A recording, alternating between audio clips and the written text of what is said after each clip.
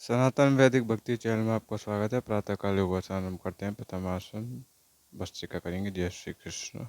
लंबी लंबी श्वास धीरे धीरे छोड़ते हुए लंबी लंबी सांसें लेंगे, धीरे धीरे छोड़ देंगे।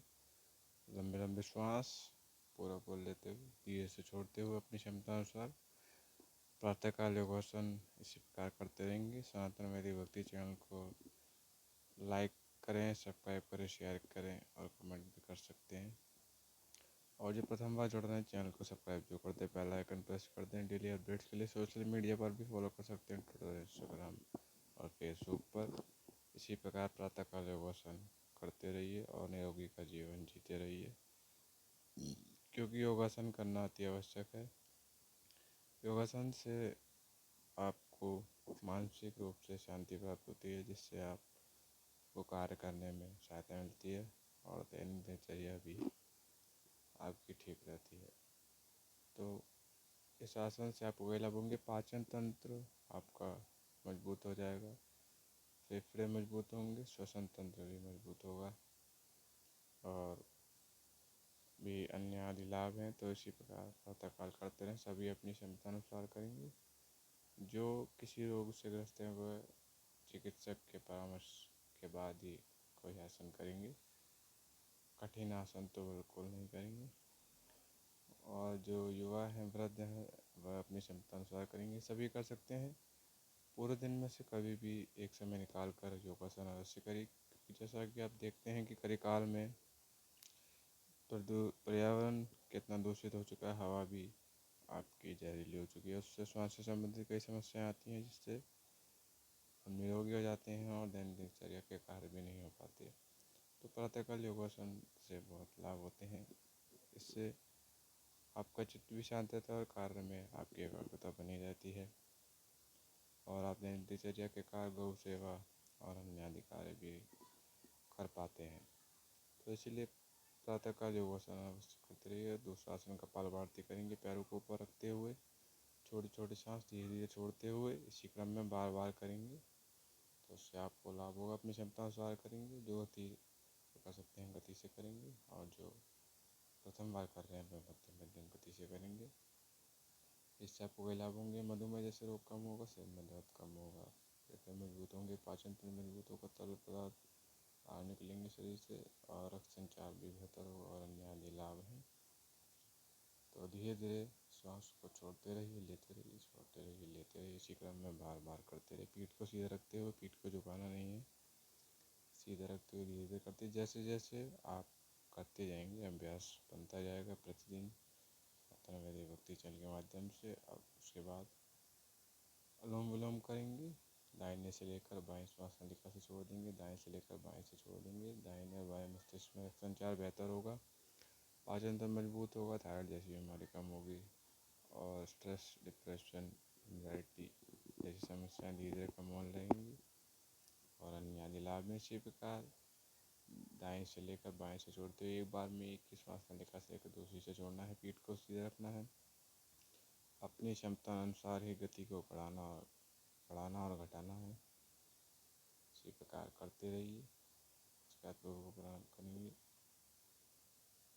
और उसके बाद ध्यान लगाएंगे। लंबी सांस लेते हुए मूलाधार चक्र की ओर ध्यान करते, पीठ को सीधा रखते हुए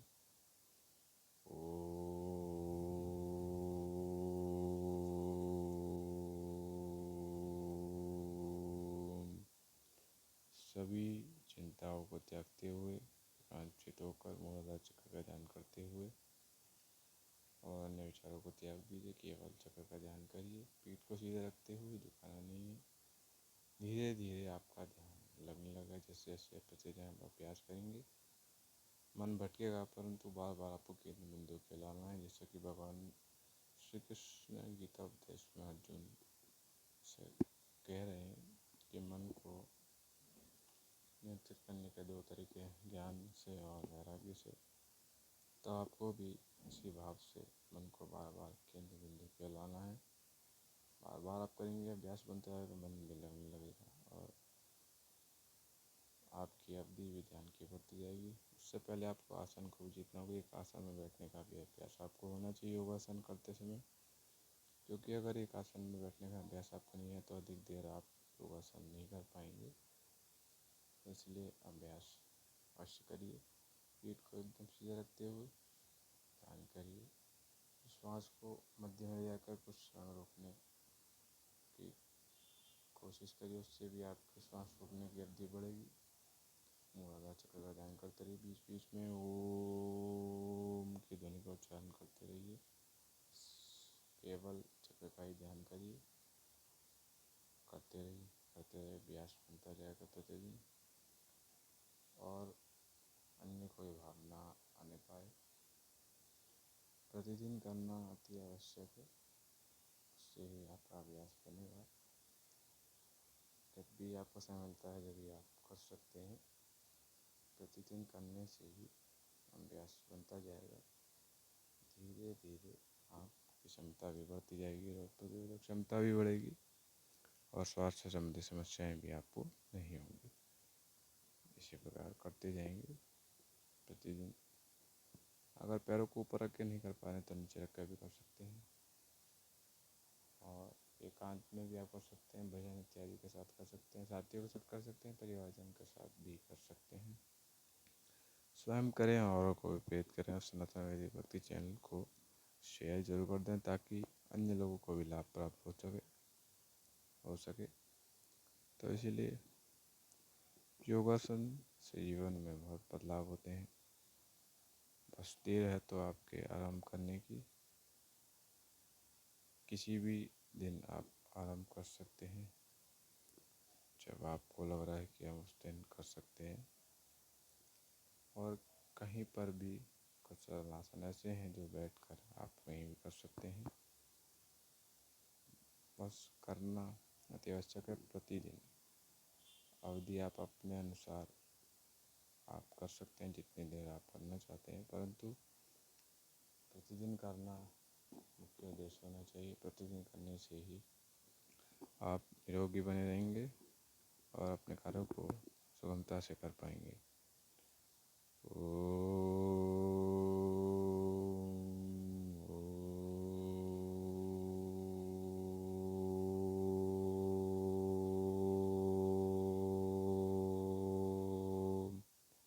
हाथों को घिसते हुए आंखों पर रखेंगे, केवल ढकना है 30 सेकंड के लिए।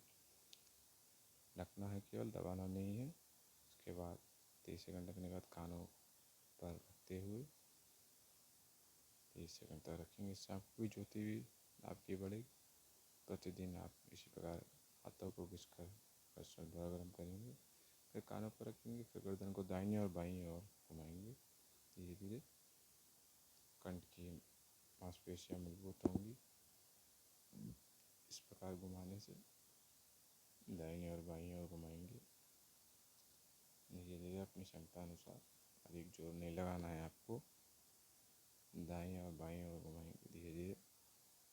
इससे एक अवस्था में रहने के कारण जो अकड़न और दर्द रहता है वो धीरे धीरे कम होगा। आगे और पीछे की ओर भी करेंगे,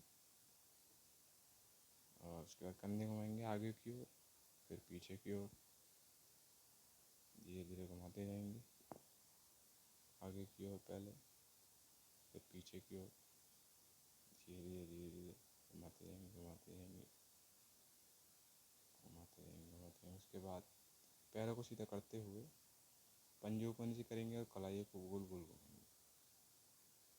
कलाइयों घुमाएंगे गोल गोल, उससे कलाई इत्यादि में दर्द होता है वो कम होगा। और पंजे ऊपर नीचे करने से पीठ इत्यादि में जो दर्द होता है, एक अवस्था में रहने का अनुभव भी धीरे धीरे कम होता जाएगा। परंतु प्रतिदिन अभ्यास अति आवश्यक है।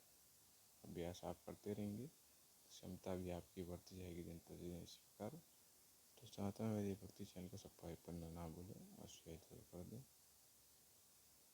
कमेंट में कमेंट करके आपको सुझाव देना चाहे तो वो भी दे सकते हैं, और अधिक अवधि में देखना चाहते हैं वीडियो को तो भी बता सकते हैं। हाथों से पंजे छुएंगे शरीर में लचीलापन के लिए। प्रतिदिन करने से लचीलापन बढ़ेगा। उसके बाद पवन मुक्तासन करेंगे।